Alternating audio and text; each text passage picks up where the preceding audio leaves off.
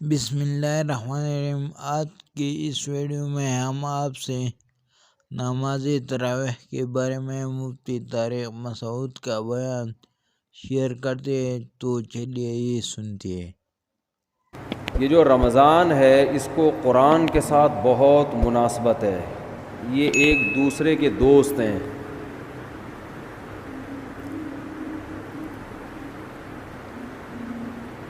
اسلام کے زندہ ہونے کی، اسلام کے برحق ہونے کی علامتوں میں سے ایک بہت بڑی علامت رمضان کا مہینہ ہے۔ کوئی بھی جھوٹی دعوت، کوئی بھی جھوٹا مذہب 1400 سال گزرنے کے بعد بھی اتنا زندہ اور اتنا ایکٹیو نہیں ہو سکتا جتنا اسلام ہے۔ پوری دنیا میں ایک ہلچل مچ جاتی ہے، پوری دنیا میں مسجدیں بھر جاتی ہیں، لوگ سحری اور افطاری کے انتظامات شروع کر دیتے ہیں، اور اللہ نے جو کتاب اپنے حبیب صلی اللہ علیہ وسلم پر نازل فرمائی اور یہ بتایا کہ یہ آخری کتاب ہے اور اس کی حفاظت میں خود کروں گا، تو اس کی حفاظت کرنے کے جو اللہ نے انتظامات کیے، ان انتظامات میں سے ایک انتظام تراویح کی نماز تھی۔ یہ وہ نماز ہے جو دوسرے مذاہب میں، آسمانی مذہبوں میں ہمیں نہیں ملتی، یہ وہ نماز ہے۔ اگر یہ تراویح کی نماز یہودیوں کے پاس ہوتی تو ان سے تورات ضائع بولیں نہ ہوتی، تورات ضائع نہ ہوتی۔ جب موسیٰ علیہ السلام پہ تورات نازل ہوئی تھی، اسی وقت لوگ نماز میں اس کی تلاوت شروع کر دیتے اور پوری کتاب ختم کرتے جیسے ہم کرتے ہیں۔ تو اتنے لاکھوں اس کے حافظ پیدا ہو جاتے اور پڑھتے پڑھتے پڑھتے پڑھتے وہ آج اسی طرح ہوتی جیسے حضرت موسیٰ پر نازل ہوئی تھی۔ یار بھائی اس کو دن میں سیٹ کیا کرو بیٹھ کے، اس وقت نہ تجربے کیا کرو۔ جو بھی لایا ہے نا یہ آپ کی ذمہ داری ہے، یہ ان کی نہیں ہے۔ وہ ان کو لانے کیوں دیا آپ نے؟ یہ تو آپ زیادہ سمجھتے ہیں نا مائک کیسا ہونا چاہیے۔ اب یہ آدھا یہاں تک آ رہا ہے، تراویح میں بھی ٹینشن، وہ بیٹھے گا ہی نہیں، وہ کیسے بیٹھے گا؟ یہ تو آپ کل صدر جائیں صبح اور لے کر آئیں، ٹھیک ہے نا؟ پورا رمضان ابھی یہی ٹینشن، وہ نہیں، وہ پھر مجھے وہ یاد آتے ہیں جو محرم میں لال کپڑا لگا دیا تھا نا، تو اس پر غصہ ہو رہے تھے، پھر مائک اٹھا کے پھینکا تھا انہوں نے۔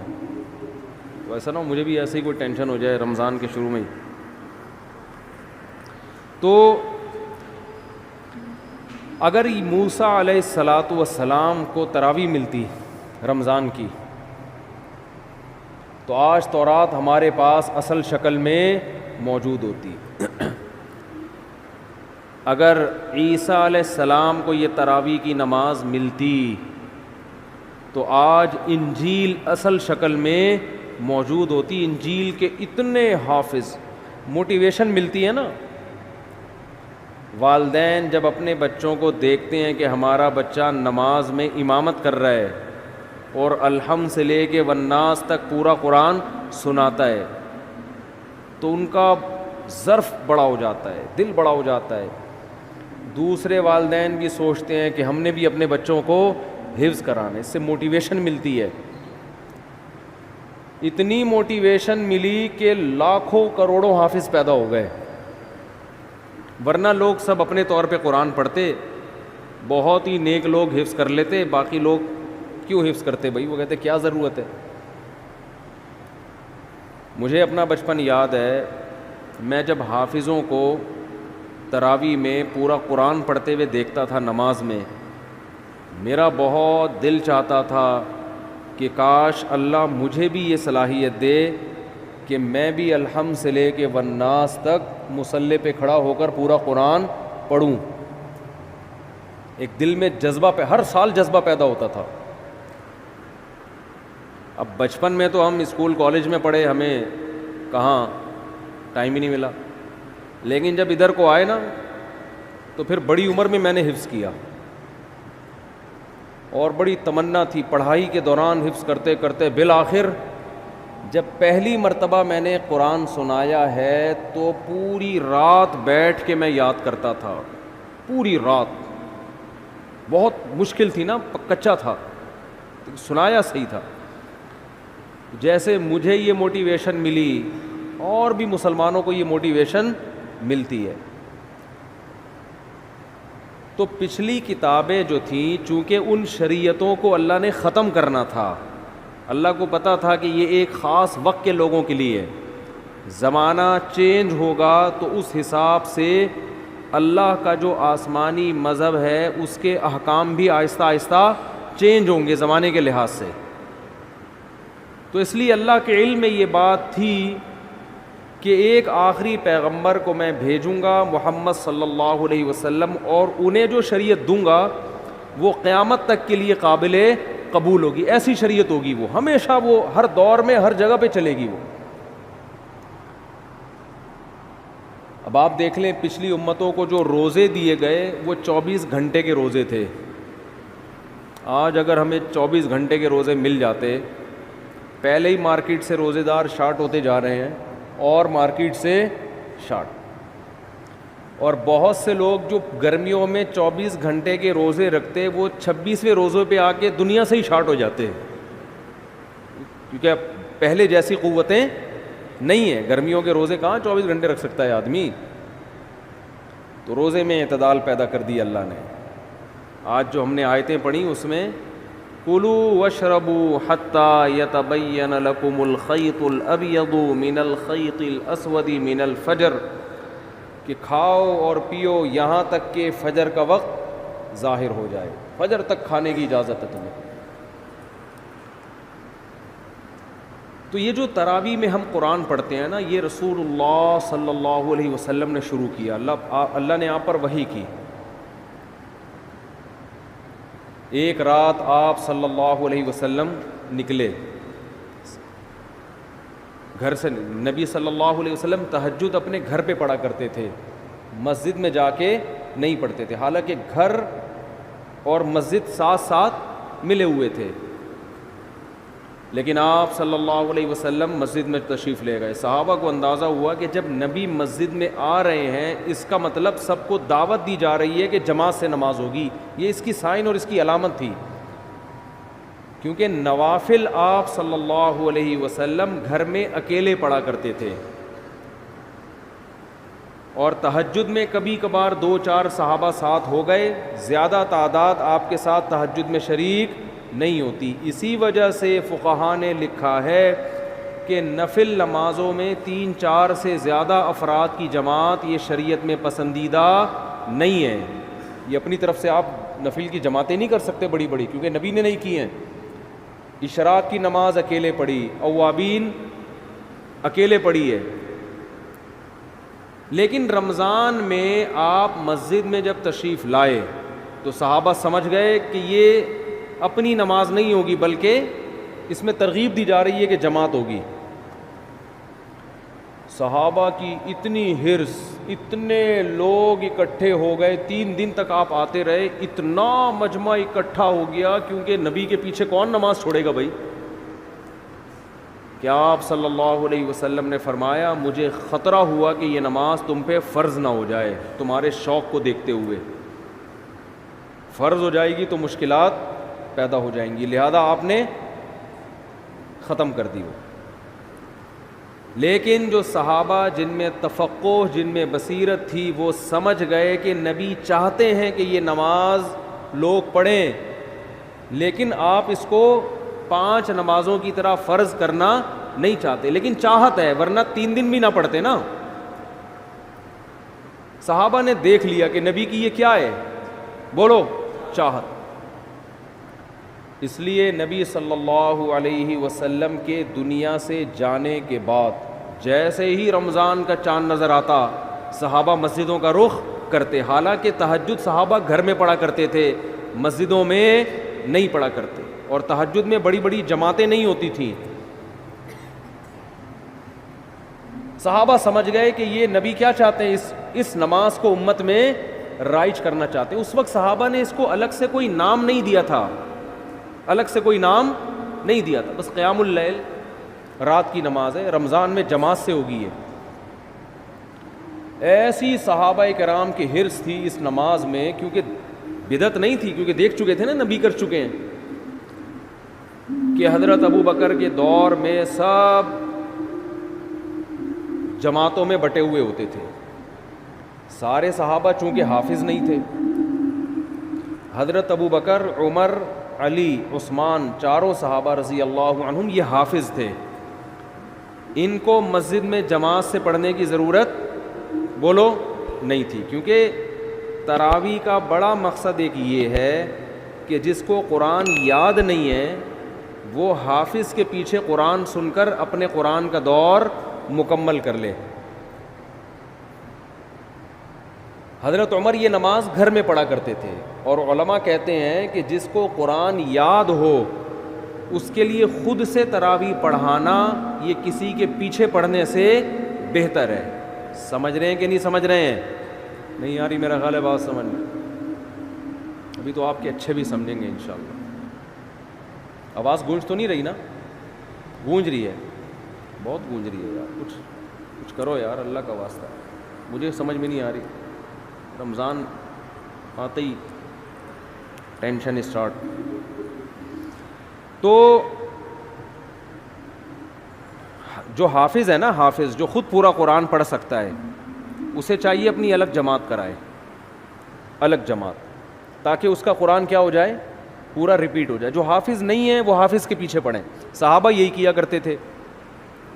نبی نے فرمایا نا 73 فرقوں میں سے جنتی کون ہے؟ جو میرے اور صحابہ کے طریقے پر. تو صحابہ کیا کرتے تھے, حضرت ابو بکر کے دور میں جو قاری اچھا لگتا کہ بھئی آپ زیادہ اچھا پڑھتے ہو, چلو بسم اللہ کرو, آگے کھڑے ہو, ہم آپ کے پیچھے نیت باندھتے ہیں. یہ رمضان کے علاوہ یہ کام نہیں ہوتا تھا. اگر رمضان کے علاوہ ہوتا نا, حضرت ابو بکر روکتے, بدعت کہہ کے روکتے اس کو کہ یہ تم نے کیا شروع کر دیا نیا کام. حضرت ابو بکر کے دور میں تراویح کی نمازیں ہوئیں, لیکن سب نے اخپل طریقے سے پڑھی ہے. جماعتیں ہوئیں, ایک مسجد میں کئی جماعتیں ہوتی تھیں. بھائی مجھے یہ والا قاری پسند ہے, اس کی آواز اچھی ہے, چلو بھائی آ جاؤ. مجھے وہ والا اچھا لگ رہا ہے, اس کی آواز اچھی ہے, چل بھائی میں اس کے پیچھے پڑھوں گا, آپ اس کے پیچھے پڑھیں. بعض لوگ اسپیڈ کو دیکھ رہے ہوتے ہیں, آواز کے بجائے کس کو دیکھتے ہیں؟ بھائی فلاں کی اسپیڈ تیز ہے, ہم اس کے پیچھے پڑھیں گے. امید ہے صحابہ تو یہ نہیں کرتے ہوں گے اسپیڈ, ٹھیک ہے نا, وہ کون زیادہ اچھا پڑھتا تھا. تو حضرت ابو بکر کے دور میں جتھوں کی شکل میں کئی جماعتیں مسجد میں ہو رہی ہیں. یہ رمضان کے علاوہ نہیں ہوتی تھی, ہوتی تو روکتے ان کو نا حضرت عمر کے, بھی کیا بدعت شروع کر دی ہے. لیکن حضرت ابو بکر نے ان کو روکا نہیں, کیونکہ جانتے تھے کہ نبی سے یہ ثابت ہے. حضرت عمر رضی اللہ تعالیٰ عنہ کا دور آیا, آپ رمضان میں مسجد میں آئے رات کے وقت, دیکھا کوئی ادھر نماز پڑھ رہا ہے جماعت سے, کوئی ادھر پڑھ رہا ہے, کوئی ادھر پڑھ رہا ہے, ایک رونق مسجد میں. حضرت عمر نے فرمایا کہ یہ ایک امام کے پیچھے جمع ہو جائیں تو کتنا اچھا ہو. ہر آدمی اخپل طریقے سے کیوں پڑھ رہا ہے بھائی؟ مسجد میں کیا ہونا چاہیے بولو؟ ایک امام, ایک بڑی جماعت ہو نا, کیونکہ نبی صلی اللہ علیہ وسلم نے رمضان کی راتوں میں جو 3 دن تراویح پڑھی وہ مسجد کو ایک رونق دی ہے, اور وہ ایک امام تھے اور ان کے پیچھے سب نے نماز پڑھی ہے. تو مسجد کی رونق اس میں ہے کہ ہر آدمی اخپل طریقے سے کسی امام کے پیچھے نماز پڑھنے کے بجائے ایک امام کے پیچھے بولو نماز پڑھے. وہ دن اور آج کا دن مسجد حرام میں بھی اور مسجد نبوی میں بھی ایک ہی امام کے پیچھے تراویح ہوتی چلی آ رہی ہے. جتنی رکعتیں حضرت عمر نے حکم دیا تھا نا امام کو پڑھائے, نہ ان رکعتوں میں کمی بیشی ہوئی اور نہ اس طریقے میں کمی بیشی ہوئی جو طریقہ حضرت عمر نے شروع کیا تھا. اب اس میں علماء 2 حصوں میں بڑھ گئے. بعض علماء نے کہا کہ حضرت عمر رضی اللہ تعالی عنہ نے جو ایک امام کے پیچھے لوگوں کو جمع کیا تو اصل حکم یہ نہیں تھا, اصل یہ تھا کہ ہر آدمی اپنی الگ جماعت کرا سکتا ہے. لہذا ان علماء نے کہا, جیسے کہ بعض سعودی عرب کے علماء کی رائے ہے کہ آج بھی تراویح میں مسجد میں 2 جماعتیں جائز ہیں. یہ بعض علماء کی رائے ہے کہ بھئی حضرت ابو بکر کے دور میں کتنی جماعتیں ہوتی تھیں, بہت سی جماعتیں ہوتی تھیں. لیکن جمہور کا قول یہ ہے, جس میں حنفی بھی شامل ہیں, حنفیہ, کہ ٹھیک ہے ہوتی تھیں, لیکن جب حضرت عمر نے اس کو ختم کر دیا اس سسٹم کو, اور باقی تمام خلفائے راشدین نے, حضرت عثمان, حضرت علی نے دوبارہ وہ 2 جماعتیں شروع, 2 یا زیادہ جماعتیں نہیں بلکہ ایک امام کے پیچھے, تو اب حضرت عمر کے فیصلے کے بعد ایک مسجد میں تراویح کی 1 سے زیادہ جماعتیں جائز, بولو نا, نہیں ہیں. کیوں جائز نہیں ہے؟ رسول اللہ صلی اللہ علیہ وسلم نے فرمایا, علیکم بسنتی و سنت الخلفاء الراشدین المہدیین, کہ میری اور خلفائے راشدین کی سنت کو لازم پکڑو. بات سمجھ میں نہیں آ رہی میرا خیال ہے. تو جنہوں نے خلفائے راشدین کی سنت کو نبی کے کہنے پہ لازم پکڑا, وہ مسجد میں کتنی جماعتیں کرتے ہیں؟ 1. اور اس میں رونق بھی ہے. اور بعد کے خلفائے راشدین نے حضرت عمر کے اس کارنامے کو بہت سراہا. حضرت علی رضی اللہ تعالی عنہ ایک دفعہ مسجد نبوی میں نکلے رمضان میں, دیکھا ایک امام کے پیچھے لوگ تراویح پڑھ رہے ہیں. فرمایا, اللہ عمر کی قبر کو نور سے بھر دے, او کما قال, کہ اس نے ہماری مسجدوں کو رونق بخش دی. مجمع بڑا ہو گیا نا, تو اس میں مسجد میں کیا ہوتی ہے؟ رونق. ہر آدمی اخپل طریقے سے پڑھ رہا ہو, 2 ادھر پڑھ رہے ہو, 2 ادھر, ان کی آوازیں بھی آپس میں کیا ہوں گی؟ ٹکرائیں گی. پھر لوگوں میں بحث بھی ہوگی, وہ والا زیادہ اچھا پڑھ رہا ہے, وہ اس کی اسپیڈ بہت تیز ہے, آ جا ادھر آ جا, ہوتا ہے نا ایسے. ہمارے یہاں تو یہ پھڈا شروع ہو جاتا ہے نا, ابے وہ آدھے گھنٹے میں ایسے پورا اسپیڈ سے بھاگا ہے, تو ابھی کیا کر رہا ہے. مسجدوں میں نا یہ مقابلے ہوتے ہیں. تمہارے یہاں تراویح کتنے بجے ختم ہوتی ہے؟ کہتے 10 بجے. ابے تمہارے یہاں 10, ہمارے یہاں تو 9:45 پہ ختم ہو جاتی ہے. ایسا فخر کرتے ہیں جیسے 15 منٹ بچا کے پتہ نہیں یہ کیا کوئی بزنس کریں گے, کروڑوں روپے کمائیں گے اس میں. تو بہت صحابہ کرام مسجدوں کو کیا کر دیا کرتے تھے؟ بھر دیا. انہوں نے نام نہیں دیا اس کو تراویح کا, لیکن وہ یہ جانتے تھے کہ یہ ایک ایسی نماز ہے جو رمضان کے ساتھ خاص ہے, اس اسٹائل میں ہوگی, اتنی رکعتیں ہوں گی. پھر بعد میں اسلاف نے اس کو تراویح کا نام دے دیا کہ بھئی الگ نام دے دو. نام دینے پر نہ اللہ کی طرف سے کوئی پابندی, نہ گورنمنٹ کی طرف سے. نام کیوں دیا تراویح کا, وہ میں بیانات میں بہت دفعہ بتاتا رہتا ہوں. ترویحہ 4 رکعتوں کے بعد ان کی عادت تھی تھوڑا آرام کرنے کی, تو 4 رکعتوں کو ایک ترویحہ کہا, اور تراویح کئی دفعہ 4 رکعتیں, اس لیے 8 رکعتوں پر تو یہ لفظ بیٹھتا ہی نہیں ہے. پھر حضرت علی رضی اللہ تعالی عنہ جب کوفہ چلے گئے, جب حضرت عمر نے تراویح شروع کروائی نا, تو مکہ میں, بصرہ میں, کوفہ میں, دمشق میں یہ خبریں پھیلنا شروع ہو گئیں. بھئی خلیفہ راشد نے سب کو ایک امام کے پیچھے جمع کر دیا ہے. پوری دنیا میں صحابہ جہاں جہاں بھی گئے, رمضان میں سارے مسجدوں میں آ کے جماعت سے نماز شروع کرتے. حضرت علی رضی اللہ تعالی عنہ رمضان کا چاند نظر آتے ہی کوفہ میں اپنے گھر والوں کو بھی, بچوں کو بھی, اپنے ازواج کو بھی, عورتوں کو بھی لے کے مسجد میں آیا کرتے تھے. ان کے شاگرد بھی, صحابہ بھی یہ کیا کرتے تھے. حالانکہ عام طور پر صحابہ کرام خواتین کو مسجد میں نماز پڑھنے کی ترغیب, بولو, نہیں دیتے, کیونکہ یہ جائز تھا, مگر ترغیب نہیں تھی اس کی کہ مسجد میں آئیں. ترغیب یہی تھی کہ وہ جماعت سے نماز مسجد میں پڑھنے کے بجائے کہاں نماز پڑھیں؟ گھر میں. لیکن ہم اسلاف میں یہ دیکھتے ہیں کہ تراویح کی نمازوں میں اسلاف میں ہمیں یہ عمل ملتا ہے کہ وہ اپنی عورتوں کو بھی مسجد میں لایا کرتے تھے. بعض لوگ اس پر اشکال کرتے ہیں, عورتوں کے ساتھ بچے بھی ہوتے ہیں, اور شور کرتے ہیں, وہ یوں کرتے ہیں. آج بھی کچھ شکایتیں آئی ہیں.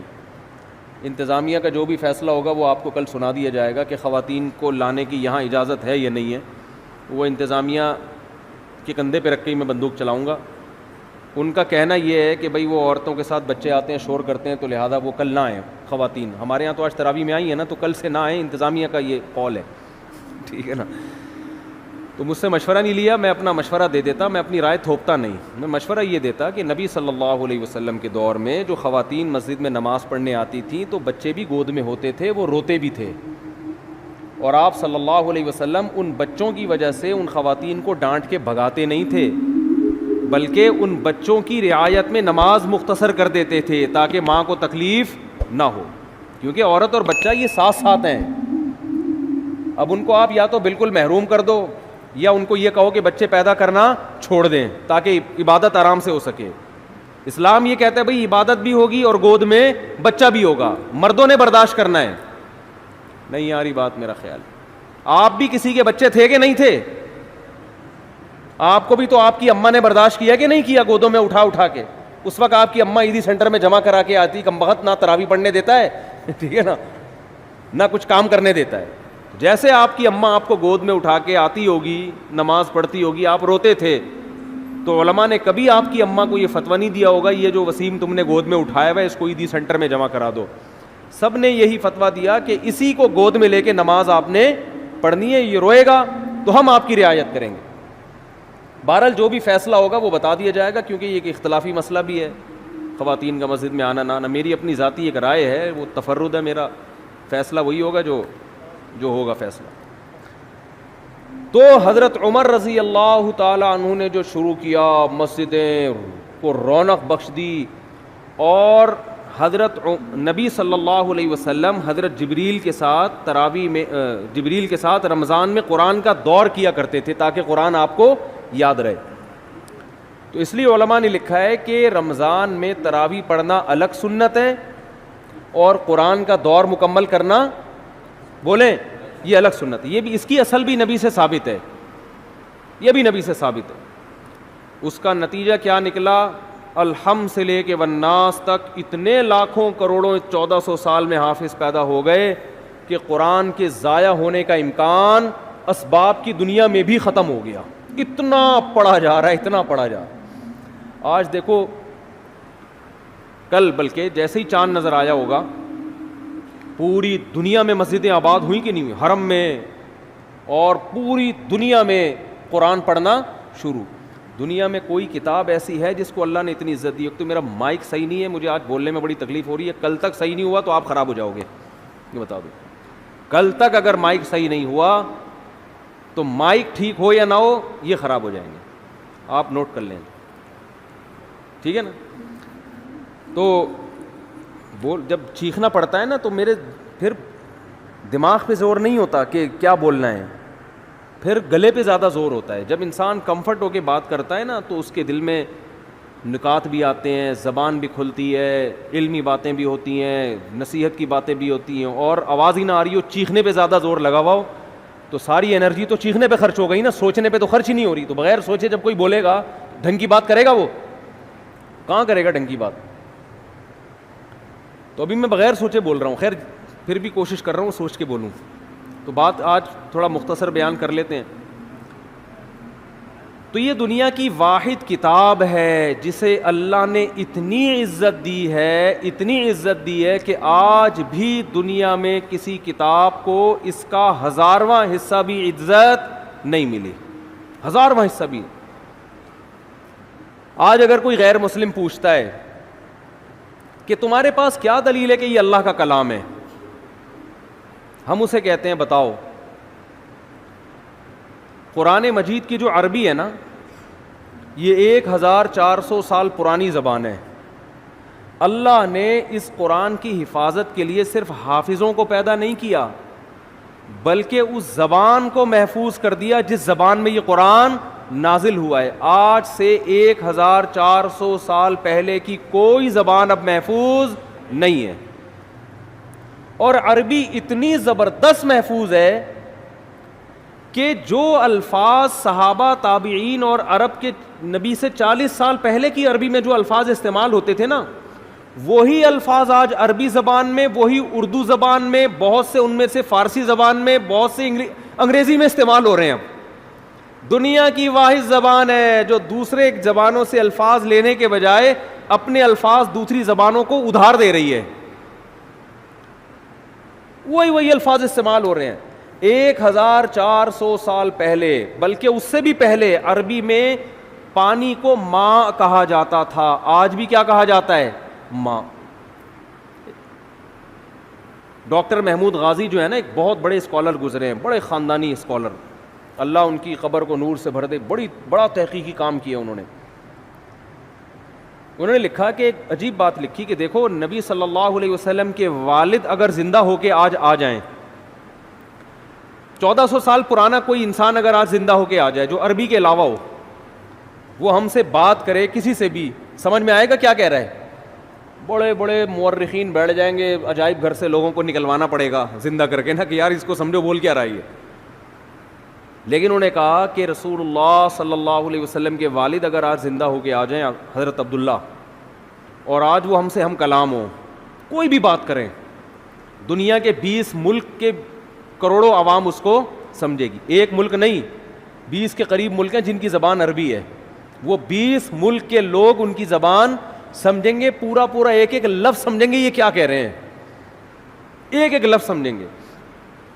ایسا اللہ نے عربی زبان کو محفوظ کیا تاکہ یہ قرآن جب لوگوں کے سامنے پڑھا جائے تو لوگ یہ نہ سمجھیں یہ ہماری عقل میں نہیں آ رہا، ہم اس کو سیکھ ہی نہیں سکتے، ہم اس کو سمجھ ہی نہیں سکتے. اور دوسری بات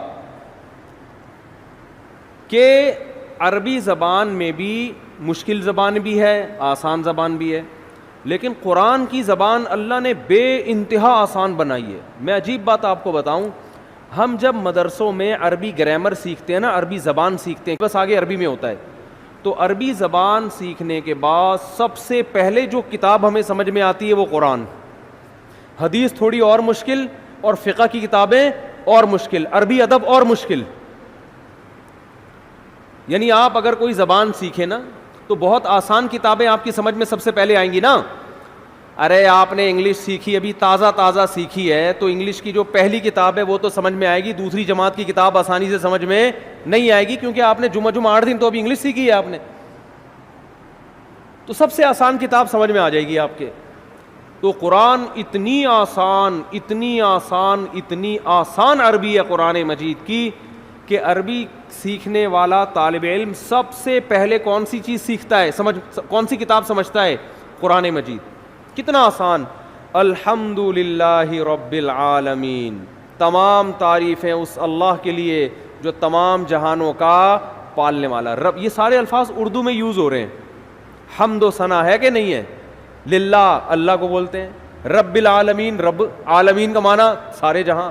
الرحمن، بڑا مہربان. الرحیم، بہت رحم کرنے والا. رحمان رحیم اردو میں استعمال ہو رہے کہ نہیں ہو رہے؟ بہت ساری زبانوں میں استعمال ہو رہے ہیں یہ. ارض کسے کہتے ہیں عربی میں؟ زمین کو. انگلش میں کسے کہتے ہیں زمین کو؟ کیا کہتے ہیں؟ ارتھ. یہ عربی سے آیا ہے انگلش میں. اور بہت سے الفاظ عربی سے انگلش میں گئے ہیں. ایسی زبان کہ وہ تو محفوظ ہے ہی، اس نے دوسری زبانوں پہ اپنا اثر ڈال دیا، دوسری زبانوں کا اثر قبول نہیں کیا اس. ورنہ زبان دوسری زبان کا اثر قبول کر کے تبدیل ہو جاتی ہے.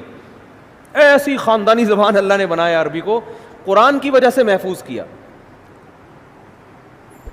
الرحمن الرحیم، مالکی، مالک کا لفظ اردو میں استعمال ہوتا ہے، مالک کا معنی مالک. یوم الدین، یوم کسے کہتے ہیں؟ دن کو کہتے ہیں نا، یوم سیاہ. الدین، روز جزا. ایاک نعبد، نعبد عبادت سے نکلا ہے، عبادت کا لفظ اردو میں نعبدو بنا دیا نا اس کو، عبادت کا لفظ استعمال ہوتا ہے. تو ایسی زبان کہ اتنی صاف ستھری، اور ایسی. ایک انگریز نے یہ بات لکھی ہے، بڑی خاندانی بات، اس کو نوٹ کر لیں. اس نے یہ کہا ہے، گورے کی بات ہے، مجھے موقع ملا میں اس کا حوالہ پیش کروں گا، کہ اگر کوئی شخص یہ چاہتا ہے کہ لوگ اس کی تحقیق سے 1000 سال بعد بھی اس طرح فائدہ اٹھائیں جیسے آج اٹھا رہے ہیں، تو وہ کتاب اگر لکھنا چاہتا ہے تو ایسی کتاب میں اس کے لیے عربی کے علاوہ اس کے پاس کوئی آپشن نہیں ہے. نہیں آ رہی بات؟ یعنی آپ یہ چاہتے ہیں نا کہ آپ کی کتاب 1000 سال بعد بھی لوگ سمجھیں، تو عربی زبان کے علاوہ کسی اور کتاب میں آپ کسی اور زبان میں آپ ایسی کتاب نہیں لکھ سکتے. اور یہ بالکل صحیح کہا انگریز نے. اس نے یہ بات کی ہے کہ عربی میں 1000 سال پہلے کی جو کتابیں ہیں نا، جو لکھی گئی ہیں، 1200 سال پہلے جو کتابیں لکھی گئی ہیں، چاہے وہ سائنس کے موضوع پر ہوں، چاہے وہ دین کے موضوع پر ہوں، چاہے وہ فزکس کے موضوع پر ہو، جو مسلمان سائنسدان ہیں. البیرونی نہیں تھا، فلکیات. ماہر فلکیات تھا 800 سال پہلے البیرونی. اس نے کرو ٹریگنومیٹری کی بنیاد رکھی ہے. جتنی کرو ٹریگنومیٹری ہے نا آج گورے جو استعمال کرتے ہیں, یہ ساری البیرونی سائنسدان کی ایکویشنز ہیں. تو ہمارے شیخ حضرت مفتی رشید احمد صاحب نے البیرونی کی کتابیں پڑھ کے کرو ٹریگنومیٹری سیکھی ہے, اور پوری کیلکولیشن کرنا یہاں بیٹھے بیٹھے قبلہ کہاں ہے, اور جو کرو ٹریگنومیٹری بہت مشکل ہوتی ہے اس کی ایکویشنز. تو وہ 700 سال پہلے کے سائنسدان کی کتاب پڑھ کے انہوں نے عربی وہ ٹریگنومیٹری سیکھی ہے. لیکن 700 سال پہلے انگلش میں لکھی ہوئی کوئی کتاب آج سمجھ میں آ سکتی ہے کیا؟ پتہ نہیں اس وقت انگلش تھی بھی کہ نہیں تھی, کوئی اور زبان ہوگی جو بعد میں جا کے انگلش میں کنورٹ ہوئی ہے. حتیٰ کہ گوروں نے جو 150-200 سال پہلے انگلش میں کتابیں لکھی ہیں, آج انگلش سیکھنے والے جو انگلش جاننے والے لوگ ہیں ان کو 150-200 سال پرانی انگلش سمجھنے میں اچھی خاصی مشکل ہوتی ہے, اور 100 سال کے بعد وہ ان کی عقل سے بالکل اوپر کی چیزیں ہو جائیں گی. کیا خاندانی زبان ہے یار. اس نے کہا کہ بھئی آپ نے عربی میں جو 1000 سال پہلے کی کتابیں, ہم قدوری جو پڑھتے ہیں نا فقہ کی کتاب, وہ تقریباً 1100 سال پرانی کتاب ہے, لیکن طالب علم بڑے آرام سے پڑھتا ہے. وہ تاریخ کی جو کتابیں عربی میں لکھی گئی ہیں 1300 سال پہلے کی کتابیں ہیں. 1300 سال پہلے بھی جو ہے نا جو ہسٹری لکھی گئی ہے جو 100 سال کے کام ہوئے تھے. محمد ابن اسحاق مشہور مورخ ہے, وہ تقریباً 1300 سال پہلے کتابیں لکھ کر گیا تاریخی. غزوہ بدر, غزوہ احد, یہ ہوا, پھر وہ تو بہت قریبی زمانہ تھا نا نبی کے دور کا. وہ کتابیں آج ایسے سمجھ میں آتی ہے 2 اور 2 4 کی طرح. تو بتاؤ 1300 سال پرانی کوئی زبان ہے جو آج سمجھ میں آئے؟ تو اس انگریز نے لکھا کہ عربی وہ واحد زبان ہے کہ آپ اگر اپنی سائنسی تحقیقات عربی میں لکھیں گے تو آپ کی ان تحقیقات سے 1000 سال بعد بھی فائدہ اٹھایا جا سکے گا. اور اس نے یہ اعتراف کیا ہے کہ انگلش میں اگر آپ وہ کتابیں لکھیں گے تو 200, 250, 300, 400, 500 سال کے بعد کوئی ضمانت نہیں ہے کہ لوگ وہ کتاب سمجھ سکیں. ہو سکتا ہے دنیا میں 2-4 اس کے ماہرین ہوں, باقی کوئی نہیں سمجھے گا, کیونکہ انگلش بھی بہت تیزی کے ساتھ بولو چینج ہو رہی, بہت تیزی سے چینج ہو رہی ہے. ہم دیکھتے ہیں 15-20 سال پہلے کی انگلش کے کچھ الفاظ چینج ہو چکے ہیں, اب کچھ اور بن چکے ہیں وہ. اور وہ یہ تو نیچرل ہے نا. اردو کتنی چینج ہو چکی ہے. آپ مرزا غالب کو لے کر آئیں, سمجھ میں آئیں گے کیا بول رہے ہو بھائی؟ پہلے اس نے مس کہا, پھر تک کہا, پھر بل کہا, اس طرح ظالم نے مستقبل کے ٹکڑے کر دیے. یہ تو چلو سمجھ میں آ رہا ہے. انگشت بدنداں رہ گیا میں. مرزا غالب تو اس طرح کی باتیں کیا کرتے تھے نا, نہیں سمجھ میں. اور 100 سال کے بعد یہ ہمارے جتنے یوٹیوب پہ بیان چل رہے ہیں نا, کسی کی کھوپڑی میں لوگ بولیں گے 100 سال پہلے مفتی طارق مسعود گزرے تھے, کیا کہہ رہے ہیں لوگ؟ کہیں گے یار اتنی گاڑی اردو, استغفر اللہ. اس وقت آدھی اردو ہوگی, آدھی انگلش ہوگی, آدھی کچھ اور مل کے, پتہ نہیں یہ باقی رہ گیا یا کوئی نئی زبان بن چکی ہو. تو یہ معجزہ ہے قرآن کا کہ اللہ نے اپنے کلام کو محفوظ کرنے کے لیے ایک قوم کے کلام کو محفوظ کر دیا. اللہ نے کہا تم وہ خوش قسمت ہو کہ تمہاری زبان میں قرآن نازل کر رہا ہوں, تمہارے اندر صلاحیت ہو یا نہ ہو, لیکن تمہاری زبان کو میں کیا کر دوں گا, ہمیشہ کے لیے محفوظ. آج وہی قرآن الحمد سے لے کے شروع کیا جاتا ہے اور والناس پہ ختم. اور عزت کتنی دی اللہ نے اس کتاب کو. چند باتیں کر کے بس بیان ختم کرتا ہوں. آج مائک ٹھیک نہیں ہے, چیخنا بہت پڑ رہا ہے, کھوپڑی گھومتی ہے پھر اس سے نا. کہ دنیا میں کوئی کتاب ہے جس کے ٹائٹل پہ رائٹر کا نام لکھا ہوا نہ ہو, ہے بھائی؟ ہر کتاب کے ٹائٹل پہ کیا ہوتا ہے؟ رائٹر کا نام. حتیٰ کہ بائبل پر بھی رائٹر کا نام لکھا ہوا ہوتا ہے. قرآن وہ واحد کتاب ہے جس کے ٹائٹل پہ رائٹر کا نام بولو نہیں ہے. اس لیے کہ اس کا رائٹر کون ہے؟ اور رائٹر بھی نہیں ہے اللہ. اللہ متکلم ہے. اللہ نے یہ لکھی نہیں ہے, اللہ نے کلام کیا. یہ اور عزت دے دی اللہ نے اس کو.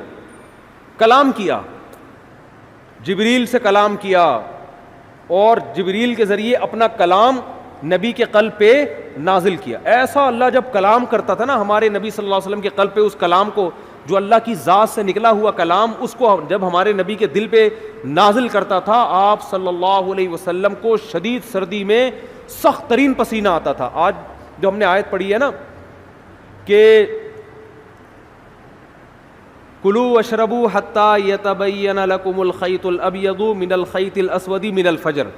پہلے یہ آیت نازل ہوئی کہ تم صبح سحری کے وقت تک کھا سکتے ہو جب تک سفید دھاگا کالے دھاگے سے جدا نہ ہو جائے. اصل میں اللہ تعالیٰ یہ بتا رہے تھے کہ اتنی روشنی ہو جائے کہ سفید اور کالے دھاگے میں فرق تمہیں نظر آنا شروع ہو جائے. یہ جب ہوتا ہے جب مشرق کی طرف سورج کی روشنی ایسے لمبائی میں پھیلنا شروع ہوتی ہے. اب صحابی کی سمجھ میں ہی نہیں آیا, وہ سمجھے کہ اس آیت کا یہی مطلب ہے کہ کالا دھاگا اور سفید دھاگا, حالانکہ یہ کنایا تھا کہ صبح صادق ہو جائے. تو وہ صحابی جو تھے نا وہ یہ لے کے بیٹھ گئے اور دھاگوں میں فرق کرنے لگے. تو جب فرق کرنے لگے تو پریشان ہوئے, نبی صلی اللہ علیہ وسلم کے پاس آئے کہ اللہ کے کلام کا مطلب کیا ہے. تو آپ صلی اللہ علیہ وسلم پر اللہ نے ایک لفظ نازل کیا چھوٹا سا, کلوا واشربوا حتی یتبین لکم الخیط الابیض من الخیط الاسود, کہ رات یعنی کالا دھاگا سفید دھاگے سے جدا ہو جائے یعنی فجر کا وقت ہو جائے. تو یعنی فجر اتنا لفظ نازل کیا اللہ نے, من الفجری کا لفظ. اور امی عائشہ فرماتی ہیں کہ اتنا سا لفظ جب نبی پہ نازل ہوا تو شدید سردی میں آپ صلی اللہ علیہ وسلم کے پسینہ ٹپکنا شروع, ایسے نچڑنا شروع. ہم سمجھ گئے کہ آپ پر کیا نازل ہو رہی ہے, وہی. جب آپ صلی اللہ علیہ وسلم نارمل حالت میں آئے تو آپ نے کیا لفظ پڑھا, من الفجر, بس اتنا سا لفظ. تو یہ اللہ کا کلام تھا. ایک اور دلچسپ واقعہ ہمیں ملتا ہے احادیث میں, قرآن مجید کی آیتیں نازل ہوئیں, لا یستوی القاعدون من المؤمنین, جو مومنین میں پیچھے بیٹھنے والے لوگ ہیں وہ ان کے برابر نہیں ہو رہے جو میدان جہاد میں بولو لڑتے ہیں. پیچھے بیٹھنے والے آگے میدان جہاد میں لڑنے والوں کے برابر, بولتے کیوں نہیں یار, کیا ہو گیا, نہیں ہے. وہ لڑ رہے ہیں میدان میں, قربانیاں دے رہے ہیں, تم یہاں پیچھے بیٹھے ہوئے ہو. ٹھیک ہے تم نماز پڑھ رہے ہو, زکوٰۃ دے رہے ہو, عبادت کر رہے ہو, لیکن ان سے ایسا تھوڑی ہوا. تو ہاتھ ضائع ہونے کا خطرہ, آنکھیں ضائع ہونے کا خطرہ, شہادت کا خطرہ, گرفتاری کا خطرہ, وہ 10 خطرے مول رہے ہیں. تو تم کیسے سمجھتے ہو کہ تم ان کے برابر ہو سکتے ہو؟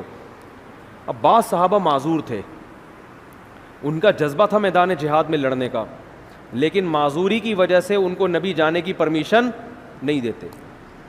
وہ اتنے غمزدہ ہوتے کہ روتے تھے کہ کاش اللہ ہمیں صحت دیتا, ہم بھی جا کے لڑتے.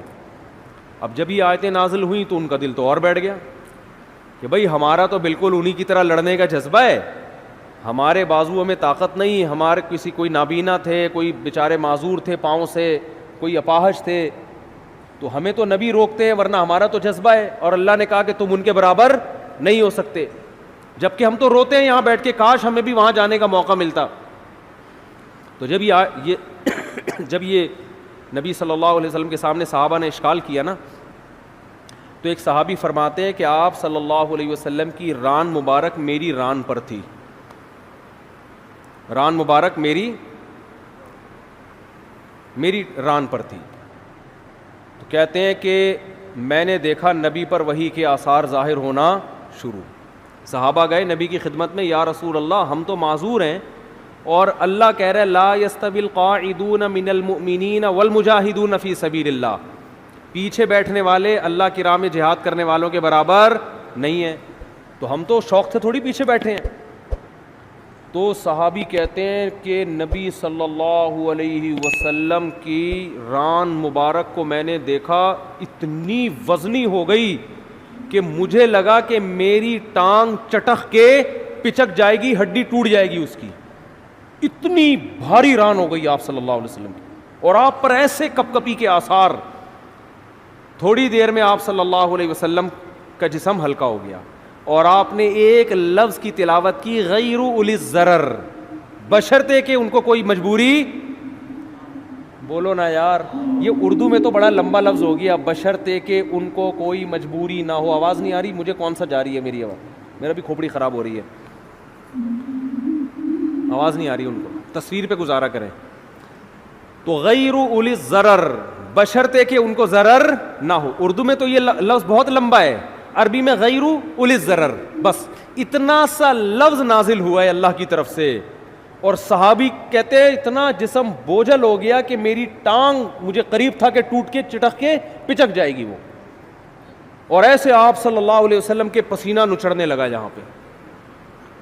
میں یہ سوچتا تھا کہ جب اللہ نے یہ نازل کرنا ہی تھا ہے بھائی کہ جو پیچھے بیٹھنے والے لوگ ہیں وہ آگے جانے والوں کے برابر نہیں ہے بشرطے کہ ان کو کوئی معذوری نہ ہو, تو پہلے ہی نازل کر دیتا.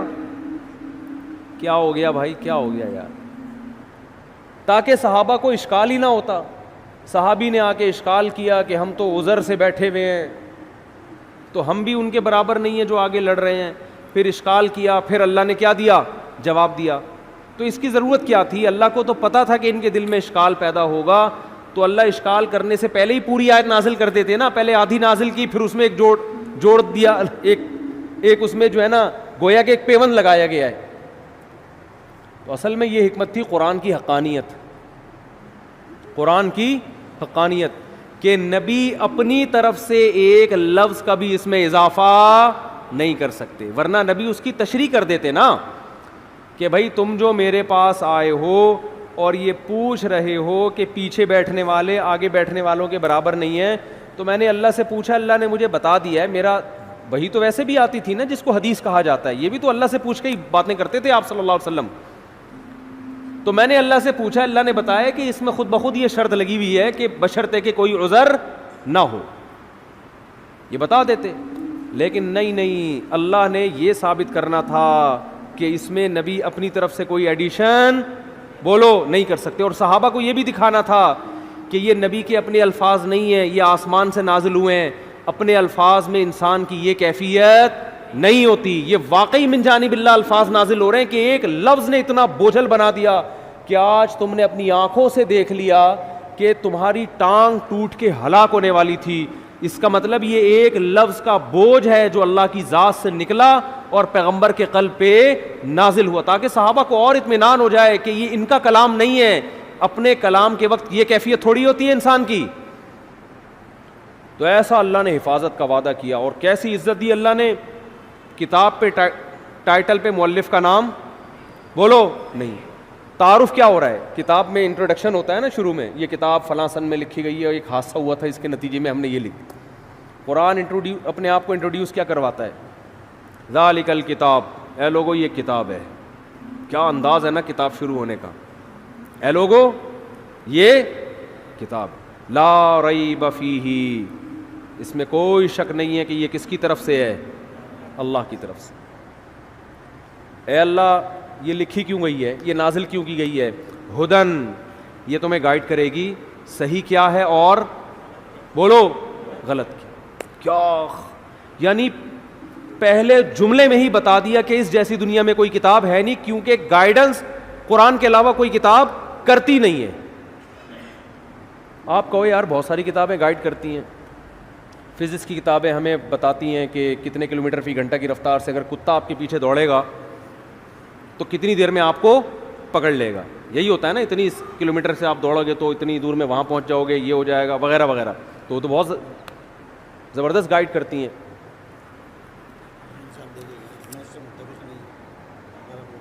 بھائی انتظامیہ کی مشاورت صحیح بات طے کی گئی ہے کہ حالات اور کورونا کو مد نظر رکھتے ہوئے خواتین کے لیے تراویح کا انتظام نہیں کیا گیا, چونکہ کچھ خواتین آ گئی تھیں اس لیے وقتی طور پر پردے کا انتظام کیا گیا ہے. خواتین سے درخواست ہے کہ وہ اپنے گھر پر تراویح پڑھیں, کل سے مسجد میں پردے کا انتظام نہیں ہوگا. چلو ٹھیک ہے, سنا دی ہم نے بھائی اعلان. تو کیا کہہ رہا تھا میں, گائیڈنس, گائیڈ صرف یہ کرے گی آپ. اصل میں یہ جو گائیڈنس مل رہی ہے نا کہ میری گاڑی کہاں سے ٹھیک ہوگی, یہ خاندانی گائیڈنس تھوڑی ہے, صحیح ہے نا, میرا گردے کی پتھری کیسے نکلے گی. اصل میں تو گائیڈنس خاندانی وہ ہوتی ہے جو آپ کو آپ کی منزل بتائے.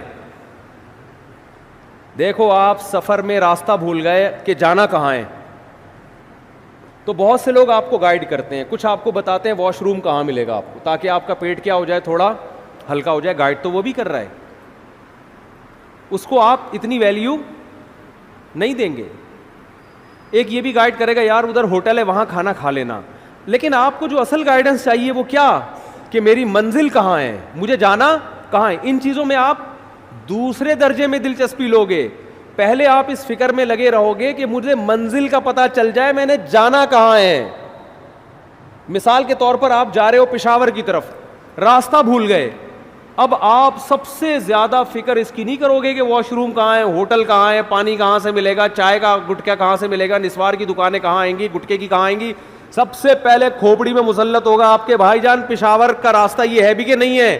ایسا نہ ہو میں الٹا جا رہا ہوں اور پشاور کے بجائے اور دور ہوتا چلا جاؤں, میرا سفر کیا ہو جائے گا, ڈبل ہو جائے گا. سب سے پہلے انسان کو یہ فکر ہوتی ہے کہ میری منزل کہاں ہے, مجھے جانا کہاں ہے. تو قرآن کہتا ہے تمہیں قرآن یہ گائیڈ کرے گا کہ تم پیدا کیوں ہوئے, تم نے جانا کہاں ہے, تمہاری پیدائش کا مقصد کہاں ہے, الٹیمیٹ ویژن کیا ہے تمہارا. اس ویژن کو سامنے رکھ کر چھوٹے موٹے ویژن آتے رہیں گے دائیں بائیں, وہ تو ٹھیک ہے, واش روم بھی جانا ہے, شادی بھی کرنی ہے, بچے بھی پیدا کرنے ہیں, اور ہسپتال بھی بنانے, اور ڈاکٹر بھی پیدا ہوں گے, اور انجینئر بھی پیدا ہوں گے. یہ تو سارے سفر کے راستے کے لوازمات ہیں. جیسے موٹر وے پہ قیام و طعام کا انتظام بھی ہوتا ہے, لیکن موٹر وے قیام و طعام کے لیے نہیں بنی ہے, آپ کو کراچی سے پشاور پہنچانے کے لیے بنی ہے. بہت مشکل ہے بھائی بات سمجھانا. اصل مقصد موٹر وے کا کراچی سے آپ کو عزت کے ساتھ پشاور پہنچانا, لاہور پہنچانا, ملتان پہنچانا ہے. درمیان میں قیام و طعام اور واش روم اور مسجدیں, یہ موٹر وے کا اصل مقصد نہیں ہے. یہ تو مسافر کو منزل تک پہنچنے والے کو درمیان میں لوازمات چاہیے ہوتی ہے. تو قرآن کے علاوہ جتنی کتابیں ہیں وہ آپ کو آپ کی ضرورت کے معاملے میں گائیڈ کرتی ہیں کہ گاڑی پنچر ہو جائے تو وہاں سے جڑوانا. لوگ آپ کو گائیڈ کر رہے ہوتے ہیں, میکینک اس کے وہاں سے ملیں گے, انجن آئل کتنے دن میں تبدیل ہوگا, آپ کا اپنے پھیپھڑے کب خراب ہوں گے, کورونا سے کیسے بچنا ہے, ویکسین آ گئی ہے کہ نہیں آ گئی ہے. یہ قیام و طعام ہے درمیان میں, ٹھیک ہے نا. قرآن آپ کو بتائے گا کہ جس زندگی کی موٹر وے پہ تم چل رہے ہو تو اس موٹر وے میں تمہارا اصل ہدف کہاں ہے, اور کتنے کلومیٹر کے بعد تم نے دائیں مڑنا ہے, اور کتنے کلومیٹر کے بعد تم نے بائیں مڑنا ہے. بہت مشکل ہے ماموں بات سمجھانا. آج کل ہم جب چھوٹے بچے تھے نا تو جب بات سمجھ میں آئی تھی اس کو ماموں کہتے تھے. ہم کیا کہتے تھے اس کو, ماموں. ماموں بات سمجھ لیا, سمجھا. ماموں اس لیے کہ پیار سے نا, کہ تجھے بڑا بھی بنا رہا ہوں میں.